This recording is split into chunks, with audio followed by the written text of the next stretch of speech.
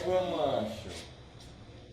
Não, a gente vive num país de constante crescimento do número de evangélicos. O IBGE imagina que daqui para 2020 o número de evangélicos já vai ser maioria no Brasil. Então, provavelmente a gente está caminhando para que o protestantismo ou o cristianismo evangélico seja a maior religião do Brasil. E nós temos muitos novos ministérios surgindo. É costumeiro a gente ver a cada semana, para não dizer a cada dia, um novo ministério aparecendo, uma nova igrejinha aparecendo em tal esquina, em tal rua, em tal bairro. Nós vemos muitos famosos aderindo ou se tornando simpatizantes. Nós temos semanalmente novas igrejas surgindo, famosos se declarando simpatizantes do Evangelho. Então, o evangelicalismo brasileiro está se tornando pop. É comum nós vermos mega igrejas com mega templos lotados e abarrotados de fiéis. É um grande crescimento do Evangelho. Mas ao mesmo tempo que nós temos um grande crescimento do povo evangélico, nós também, de forma paralela, temos o crescimento da violência, do desamor, da opressão, da injustiça. Então, diante de um cenário tão paradoxal, tão caótico, onde ao mesmo tempo que existe um crescimento de um povo que se diz ter a solução para a sociedade, para a nação, do outro lado nós temos um crescimento das mazelas dessa nação e dessa sociedade. Fica uma pergunta: quais dessas pessoas são verdadeiras? Ou seja, quem de fato ou o que de fato é um discípulo de Cristo? Nós podemos responder essa pergunta quando a gente observa algumas situações e algumas características no ministério de Jesus. Ao redor de Jesus nós tínhamos 3 públicos bem específicos e você pode acompanhar isso quando você lê a narrativa bíblica dos evangelhos. Um primeiro grupo que nós tínhamos ao redor de Jesus é o grupo dos seguidores de Jesus. São aquelas multidões que rodeavam o ministério de Cristo, que estavam acompanhando os milagres, os sinais, os prodígios, as maravilhas, que tinham os seus cegos sendo curados, os seus paralíticos sendo erguidos, os seus surdos recebendo a restituição da audição. Eram aqueles que viam Jesus multiplicar os pães, os peixes, mas também essa mesma multidão de seguidores não mostrou firmeza de caráter em seguir Jesus. Nós temos 2 momentos muito específicos quando a gente percebe, que nos deixa perceber isso. Um primeiro momento está lá no Evangelho de João, no capítulo 6. No Evangelho de João, no capítulo 6, a Escritura vai narrar o que acontece depois de um dos milagres mais maravilhosos de Jesus, que é a multiplicação dos pães e peixes. Nessa ocasião, as pessoas continuam seguindo Jesus. Essa multidão de seguidores continua perseguindo incansavelmente. É tanto que cruza um mar arrodeando pela costa para ir até Jesus. E quando chega lá, Jesus começa a pregar uma palavra que não é tão confortável de ser ouvida. A exemplo do que acabou de acontecer no milagre, agora há pouco, Jesus começa a dizer: ora, eu sou o pão da vida, a minha carne é realmente comida e o meu sangue é realmente bebida. Para um judeu foi um escândalo ouvir aquilo. As multidões olharam para Jesus e disseram: quão duras são essas palavras, Jesus? Quem poderá resisti-las? E a resposta de Jesus para elas é: ora, eu sei bem que vocês só estão comigo por causa do pão que comeram. Então, o primeiro sinal desse grupo que rodeava Jesus, chamado de os seguidores de Jesus, é que eles só estão próximos de Cristo por causa dos milagres que recebem. Nós temos muitas igrejas abarrotadas de seguidores de Jesus e não de discípulos. Pessoas que só estão ali por Cristo, mas não pelo que de fato Ele é. Não porque Ele é poderoso para transformar o seu caráter, mas porque Ele pode resolver um problema familiar, porque Ele pode resolver um problema financeiro, porque Ele pode dar saúde para um doente. Mas nós não podemos esquecer que foi essa mesma multidão que participou dos milagres, que comeu do pão multiplicado, que comeu do peixe multiplicado, que viu cegos recebendo vista, que viu paralíticos andando, que viu surdos ouvindo. Foi essa mesma multidão que, quando Cristo foi exposto à sua crucificação, na decisão última de Pilatos, eles gritaram: crucificam. Nós escolhemos Barrabás. Barrabás é a mentira que nos é confortável. É o erro que a gente já está habituado a conviver. Crucifica esse Cristo, essa verdade que nos confronta. Então, o primeiro grupo que é importante a gente observar, antes que a gente tenha a resposta final do que é ser um verdadeiro discípulo de Jesus, é o dos seguidores. São essas pessoas que realmente geram um número imenso, mas que estão com Cristo enquanto lhes é conveniente, enquanto o milagre está acontecendo, enquanto a bênção está descendo, um papo de crente, enquanto o azeite está descendo, mas que quando a verdade os confronta a uma mudança de vida, logo eles o abandonam e deixam Jesus de lado. Na mesma facilidade com que aderem à mensagem do Evangelho, esquecem-se.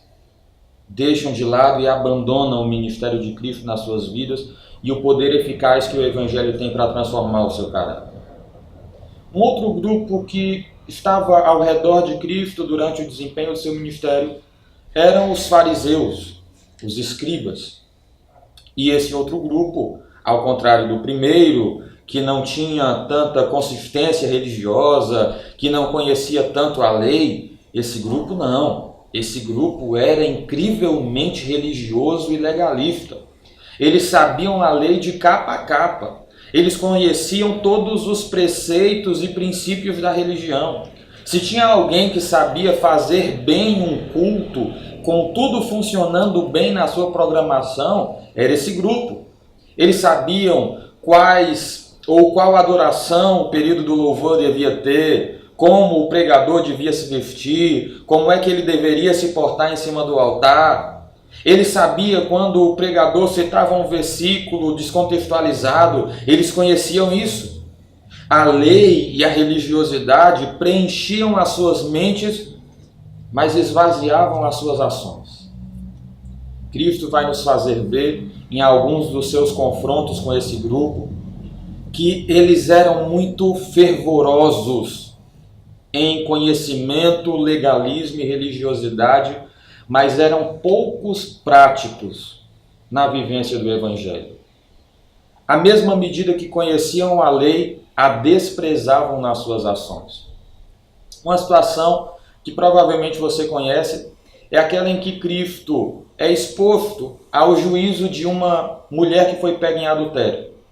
A Escritura vai nos fazer ver que esse grupo leva até Jesus uma mulher pecadora que realmente foi pega em adultério.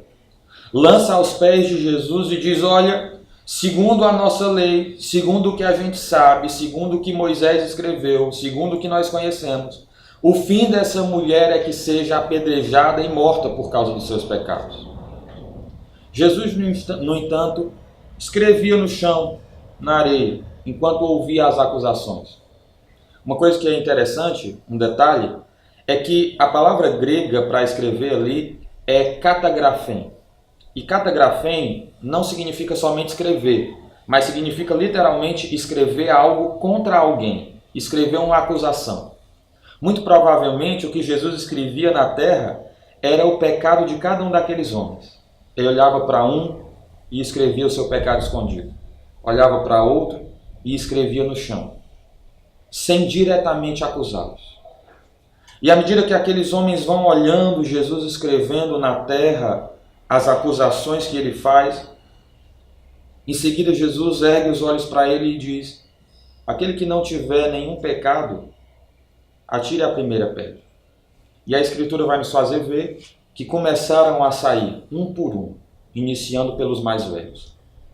Então, na mesma medida que eles tinham essa ferocidade em usar a lei para acusar, para ferir, para separar, para matar, eles também praticavam aquilo que eles mesmos condenavam.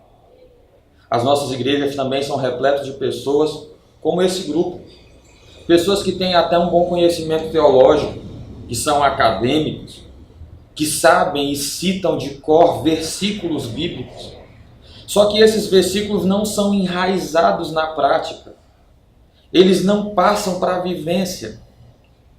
e são vazios de significado, são vazios de autoridade.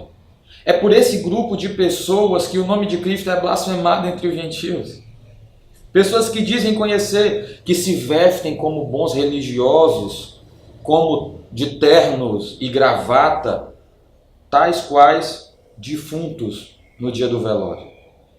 São bonitos na estética, mas mortos na essência.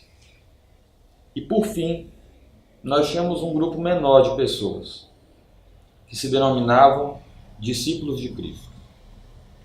O interessante da gente perceber é que esse grupo não era perfeito.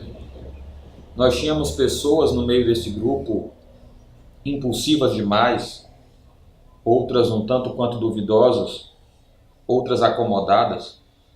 O que tinha o melhor currículo era Judas, que traiu Jesus. Mas foi esse grupo de pessoas desajustadas que, rendidos à ação de Cristo por meio do Espírito Santo, foi quem deu continuidade à sua obra. Um verdadeiro discípulo, portanto, não é aquele que religiosamente é perfeito, ou aquele que faz parte do maior número de pessoas denominadas cristãs. É aquele que, reconhecendo as suas imperfeições, rende ela aos pés de Cristo, deixando que o poder do Evangelho atinja o seu coração e transforme o seu caráter de tal forma que possa ser visto nele as mesmas características de Cristo a quem ele serve.